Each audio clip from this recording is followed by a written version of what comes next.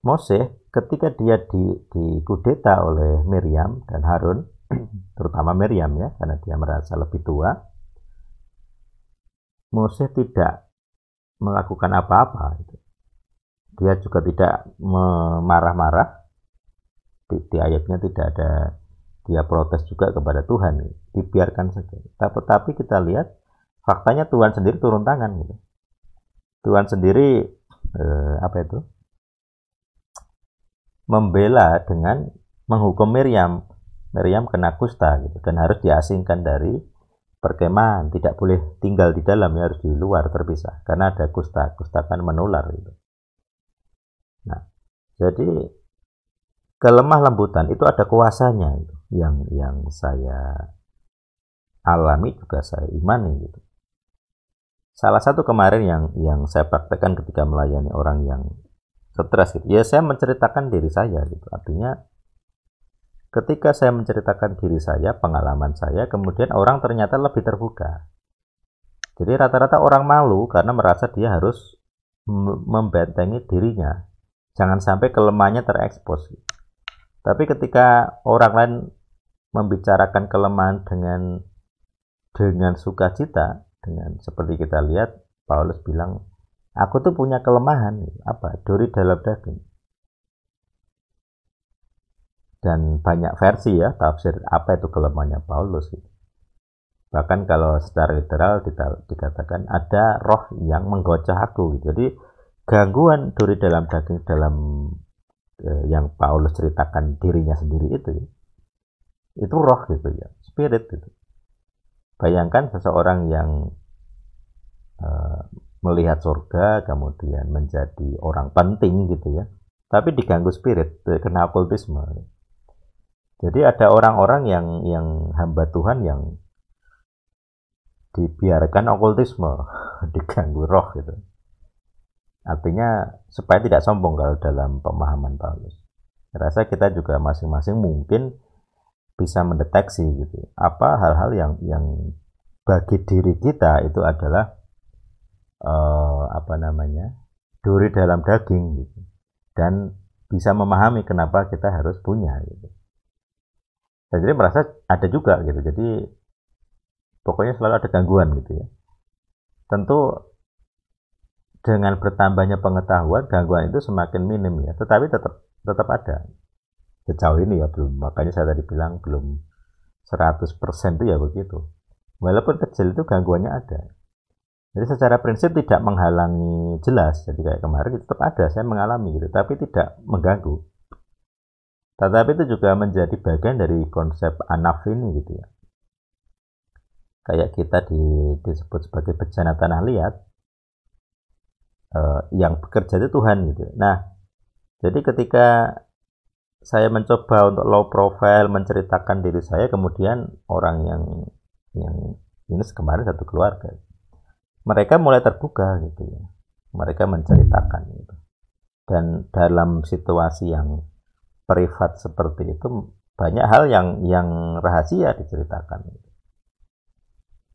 Artinya perlu dari kita sendiri mencontohkan sikap serupa ketika melayani orang gitu. Kalau misalnya saya menceritakan diri saya yang pernah kena ini, tetapi kalau saya sendiri nggak mengalami kan saya bersalah gitu ya. Artinya saya berdusta. Jadi makanya kita kalau ngalami itu memang ada gunanya. Gunanya apa? Ya kita bisa melayani orang yang sama. Kalau kita nggak pernah gagal, bagaimana kita bisa berempati dengan orang yang gagal? Pasti kita akan meremehkan. Nah orang tuh ngerti, kesan meremehkan itu akan kelihatan. Jadi mereka tersentuh kalau kita benar-benar orang yang ngalami. Sama seperti kalau kita lihat Yesus sendiri, kenapa dia harus turun jadi manusia? Ya karena biar ngalami. Gitu. Mengalami rasanya kelaparan, mengalami rasanya kelelahan dan sebagainya. Cuman kayaknya dia nggak pernah mengalami penyakit ya. Kita ngalami penyakit, kayaknya dia nggak tercatat punya penyakit. Itu saja bedanya. Artinya dia selama ini tidak punya keterbatasan, kemudian mengalami, walaupun tidak semuanya gitu ya, keterbatasan manusia. Tetapi walaupun dia nggak kena penyakit, dia mati gitu. Matinya mati bukan penyakit ya, mati jasmani yang dipaksa mati gitu. Dengan fisik gitu, kerusakan jasmani gitu ya. Nah, jadi hal-hal itu yang perlu kita pahami ketika menyampaikan kebenaran gitu. Jadi kalau bagi orang-orang tertentu yang sanggup gitu ya, bicaranya keras gitu. Tapi bagi orang-orang yang tidak sanggup dengan kata-kata, itu kalau istilah saya sebenarnya dengan kata-kata juga tapi tidak diucapkan ya. Nah, itu biasanya roh yang mengucapkan. Dan hukumannya lebih berat gitu ya. Jadi kalau orang mendengarkan kata-kata kita, kata-kata yang ketuhanan gitu ya, terus orang mendengar, bagus gitu. Tapi kalau orang nggak mendengar, sebenarnya kata-kata itu tetap sama, diucapkan juga. Dan sebenarnya kalau orang mendengarkan itu kayak ini ya, seperti kita mencegah sebenarnya, kita mencegah orang untuk mengalami. Kalau orang mendengarkan, orang akan diselamatkan. Kalau orang tidak mendengarkan, maka orang ya sudah hukumannya dijalani gitu, diproses. Gitu.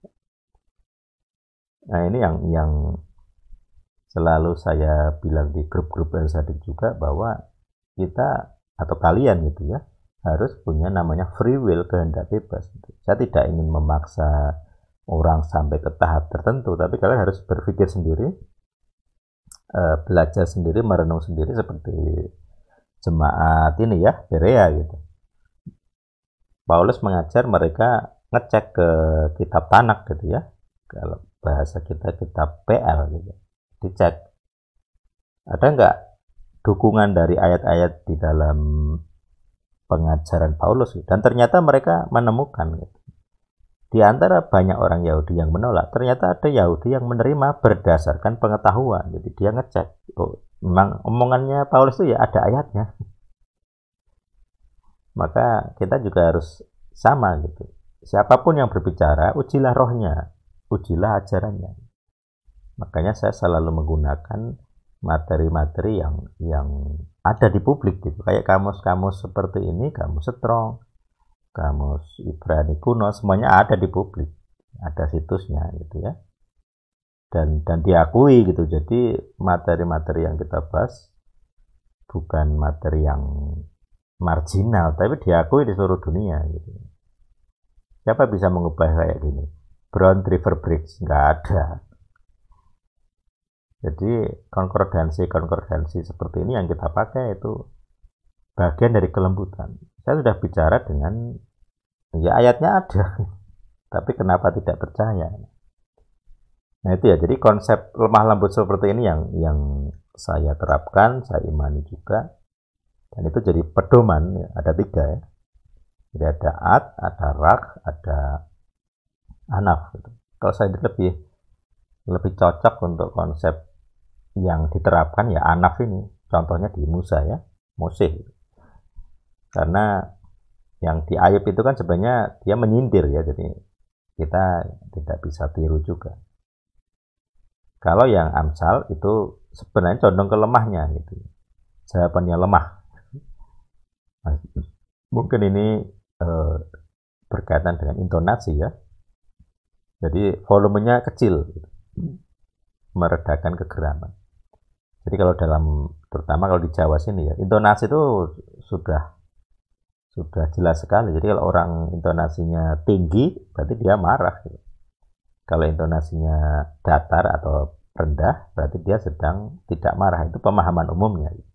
Nanti di beda budaya, beda suku, beda bangsa, beda lagi gitu pemahaman. Tapi di kita, intonasi itu jadi ikon, jadi tanda yang dilihat. Gitu. Jadi kalau kita ngomong, walaupun kita nggak marah, tapi intonasinya kita tinggi, kita dianggap marah. Gitu. Nah, tetapi sebenarnya esensinya terutama kalau yang saya praktekkan sendiri itu bukan itu ya, jadi bukan soal cara ngomongnya lemah atau kuat, tetapi apa yang disampaikan gitu.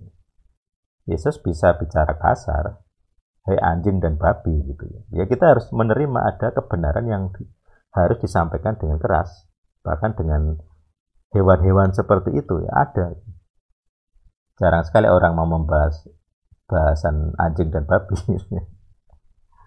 Padahal itu gitu. Jadi para murid difilter dengan cara seperti itu. Bahkan ketika perempuan Sirofenisia itu disebut, "Lah kamu kan anjing," gitu ya. Dia kan mengakui itu. Jadi perempuan ini mengakui. Anjing pun makan remah-remah dari meja tuanya. Jadi artinya dia sendiri tidak menolak kalau dianggap anjing oleh Yahudi. Karena pemahamannya tentang kualitas imannya. Dengan ilustrasi itu dia menerima dan Yesus bilang, "Lo itu lebih beriman daripada banyak orang Yahudi sendiri." Artinya dia menerima posisinya dan menerima roti itu, menerima kesembuhan itu kan yang dia harapkan. Jadi ada iman, ada kesembuhan. Jadi di situ kita tidak bisa bilang omongan Yesus itu lemah atau dalam bahasa kita intonasinya rendah, itu enggak juga. Itu pasti di dalam bahasa mereka itu kata-kata yang kasar gitu ya. Jadi mengatai orang dengan simbol hewan itu kata, walaupun dengan menyindir ya, itu seakan-akan menyindir ya. Tapi itu kan sama saja. Kita mengatai orang sebagai anjing. Nah, di sisi lain ada juga bagian kelembutan yang perlu dilakukan. Jadi makanya saya selalu membedakan dua golongan tadi. Ada orang-orang yang bisa dikerasi, ditegasi, ada orang-orang yang tidak, gitu ya. Nah, yang tidak ini yang harus kita pelajari lebih banyak gitu, karena batasnya tidak jelas. Kita nggak tahu orang ini akan sanggup keras tidak, itu nggak tahu di awal. Jadi harus penjajakan dulu, dicek dulu, kita kenal, kita bicara. Makanya dalam pelayanan LSAD kalau pelepasan itu lebih banyak konselingnya daripada eksekusinya. Karena saya harus tahu dulu ini orang sanggup seberapa dalam gitu ya, seberapa keras ataupun seberapa lembut gitu. Kemarin ada beberapa hal yang privasi yang saya tangkap, tapi saya tidak sampaikan. Kemudian Vikaris malah ngomong gitu ya, ya sudah gitu. Ya puji Tuhannya, saya nggak tahu bisa diterima tidak, karena pasti ada yang terpukul dengan pernyataan dia itu gitu. Tapi ya kalau Tuhan mendorong dia bicara ya bagus gitu. Karena saya nggak, terus terang nggak tega ngomong. Saya belum tahu gitu. Ini orang sanggup tidak diberi perkataan itu. Pengetahuan saya gitu. Tapi kalau ada orang lain yang punya firasat yang sama kemudian ngomong, ya sudah. Mungkin kalau yang bicara perempuan lebih didengarkan. Nah itu, jadi ada batas-batas yang harus kita tahu ya. Tapi kalau saya sendiri kepada grup-grup LSAD ya, saya tidak, rata-rata saya tidak lemah lembut gitu ya. Kalau nggak suka ya keluar gitu ya. Sejauh ini tuh metode yang berhasil gitu ya. Saya dulu dengan kita kehilangan 600 orang di grup Facebook, tapi nggak masalah gitu. Malah dengan YouTube lebih banyak orang gitu. Dengan fanpage dan dengan YouTube lebih banyak orang gitu. Jadi artinya ketika ada hal-hal yang menonjolkan perbedaan antara kedua golongan ini gitu, ya tetap jalan saja gitu. Kalau saya begitu, nanti orang akan terfilter sendiri. Yang sanggup ya biasanya jadi tim, kalau nggak sanggup ya jadi simpatisan atau menolak kan begitu. Itu resikonya dari berbicara gitu. Yohanes Pembaptis berbicara dipenggal gitu kan, gara-gara dia menegur siapa itu, Herodias ya. Aku lupa siapa yang dia pokoknya dia menegur tentang, jadi sepertinya kasusnya itu kayak mengambil istri orang lah kan begitu ya, dengan cara yang tidak sah gitu ya. Terus ya Herodes ya, jadi Herodes memenggal Yohanes berkaitan dengan Herodias atau siapa, jadinya ada istri yang didapatkan secara tidak sah gitu. Nah ini yang menjadi jadi pilihan, memang harus begitu ya, Ya dulu juga nggak mau kalau diutus dengan disuruh tegas gitu, karena dari awal sudah tahu ini pasti akan menimbulkan konflik gitu. Tetapi ya harus itu perintahnya begitu gitu. Ada kebenaran yang harus diomongkan. Gitu. Soal orang mendengarnya itu percaya atau tidak, setuju atau tidak, itu secondary lah. Gitu. Istilahnya ya tanggung jawab masing-masing. Tapi tanggung jawab saya berbicara sebagai penyampai pesan.